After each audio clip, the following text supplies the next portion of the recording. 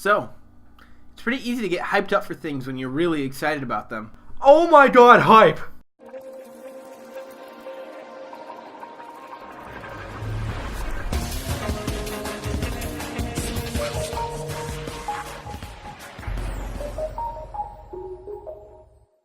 Hello and welcome back to Pixel Talk, and welcome Jake back. He's back from vacation. I came back with shorter hair. You came back with shorter hair, and how do you like the set? I like it a lot. I approve of everything around me. I think I'm very much at home here. Yeah, you're well, quite literally. This is your first time your butt has ever been in this renovated room, because last time Joel's butt was there. I know, and he was on my butt pillow. Because we have butt pillows to lift us up, so that way we seem taller than we actually are. You know, when you think about it, your butt is touching where Joel's butt was touching. So we're like butt buddies. Actually, no, that's really bad. So today, we... Alright. So today we are here... So today we're going to talk about hype culture, because it's a thing that's going around like crazy with a bunch of really new exciting games coming out. We got... Like, with every new release, there's always... every new release. If you don't know what hype culture is, hype culture... It's like when you're excited for something to come out, but then you're so excited that you're going to say, okay, this is like going to be the... I know this Tonberry isn't even out yet, but it's going to be Tonberry of the year. No other Tonberry is going to be as good as this Tonberry. Yeah, and it's something that is perpetrated by the media. Totally. It's perpetrated by the developers. It's a three-way street between the fans, the developers, the media. They all buy into this like culture of just overhyping games to where they're gonna be bigger than Jesus Christ. They make these articles that are like, okay, are you excited for this game yet? Look at this new feature they just added. That it's very so clickbaity usually, and I don't know. That's my point, I guess. Yeah, the term clickbait is just something that's been thrown around a lot, but it really made sense in this case. It does. I see this a lot with Final Fantasy 15. They're making videos, standalone videos for every single DLC weapon that they're adding into the game. They made one for Zidane's Mage Masher from Final Fantasy 9 that you can get only if you pre-order the game from Amazon store. Or the Sephiroth sword only if you pre-order the game from, I think, some other store. So it's there's all these different, they each get their own promotional video, and it's alright, look at what you could get, but you can't get it all. But just by adding to this, they're increasing the hype, because they want people to pre-order, which is understandable. But then they release trailers like the Omen trailer, which is really cool, but it's an entirely cinematic trailer that doesn't actually show any gameplay, and people are there saying, okay, this is going to be the greatest game of all time, nothing's going to be able to beat it. And I don't think that's true. I don't think it's going to be the greatest game of all time at all. I think it's going to be a very good game from what I've seen. I've seen enough of the game now where it's I can say, alright, this is going to be a solid game, probably one of the better Final Fantasy games that's ever come out, but I don't think it's going to be the greatest game of all time, because that's so subjective. You can't just say that before the game is even out. You're just setting yourself up for disappointment. And we're not saying don't be excited for any game ever. Yeah. It's okay to be excited. Really, it is. Mm-hmm. But it's important to maintain a sense of perspective, because, when hype culture is a thing, people just pick apart every single little detail. Look at No Man's Sky. Everyone was so hyped for that game before it came out. People were so anxious for that game to release, and then it did, and because it was so overhyped, it just murdered the game. It couldn't possibly deliver on everything that was promised, and so instead it delivered on nothing.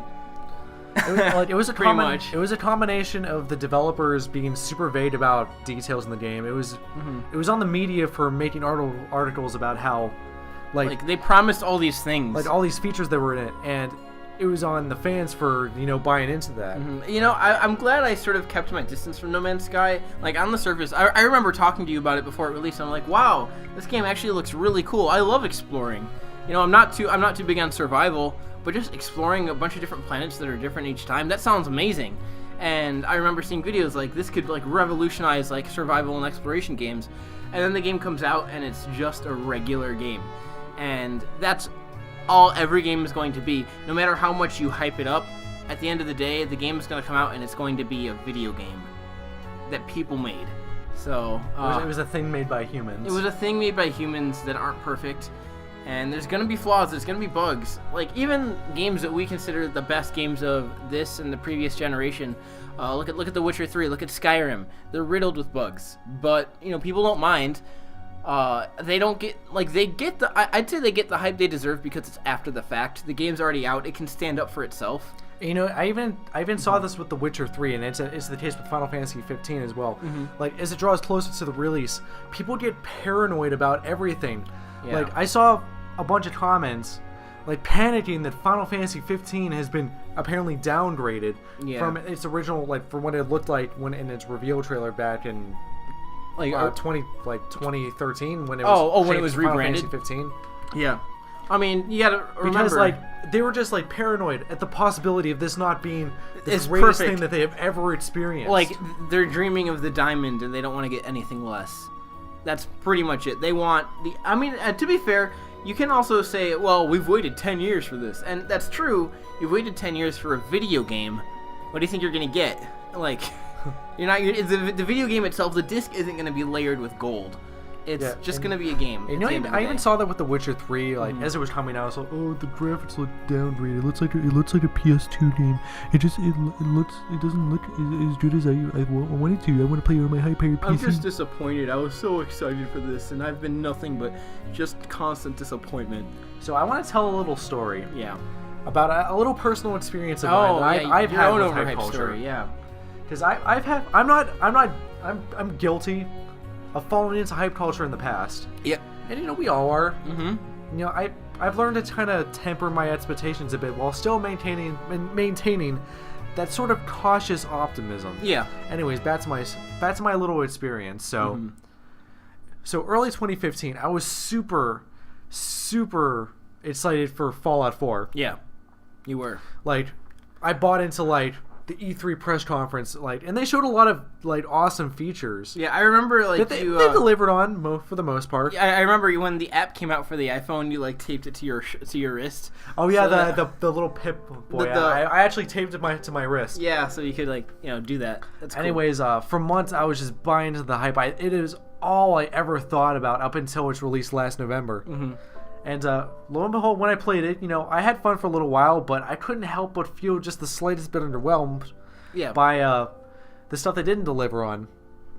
And not that it's a bad game by any stretch of the imagination, but it's just that you were hoping for just a little bit more. The point is the game just couldn't deliver on my unrealistic expectations for it. Yeah, I think I wouldn't say that's entirely overhyped because they've delivered on those expectations before in Fallout 3 and Fallout New Vegas. But I had no sort of reference level. You didn't. You were just hoping it would be because that was my first Fallout game, and I had no idea what to expect. Right. And I guess I've done that in the past too. One of the games that I both love and really despise as far as Final Fantasy goes is Lightning Returns. And when 13 came out, I was one of 13's defenders. 13.2 comes out, I'm still defending the gameplay, but criticizing the story at this point. Lightning Returns come out, it looks like it can actually, end off the trilogy really well, and then it comes out, and it stinks. Really bad. And I remember I got the Japanese version, because I was in Japan at the time, and I was like, oh, I get to play it before anyone else, back home. And so I put it in, and I'm like, okay, I got to the first town, it's like, wow, these NPCs are really uninteresting. This game isn't that fun. I'm not getting any experience after battles. And I know some people would disagree with me, but I know a lot of other people think that Lightning Returns is actually the worst of the three. And I wouldn't say I was overhyped, but I was more hyped than I should have been because from that perception, it's like, oh, they're finally gonna do 13 right. Right, but in my opinion, 13 was done right already. I totally was cool with 13.1 and 2. From that perspective. Yeah, that kind of reminds me of another point of after the game comes out and everybody's gotten their hands on it, you have a group that's so bent on bringing that game down, and you also have the group that have really identified, put their identities into this. Yeah, there's some best people thing who ever. they sort of overput their themselves into the game. Like you see it with even like newer releases. Like people are like they're like, if this new game isn't going to be absolutely perfect, I am going to be devastated. I don't know what I'm going to do. And they won't hear any sort of criticism for it either. Because they've put themselves into the game. They need it to be good for them. So if anybody criticizes it, they take it as a critique of themselves when that's not the case at all. Yeah.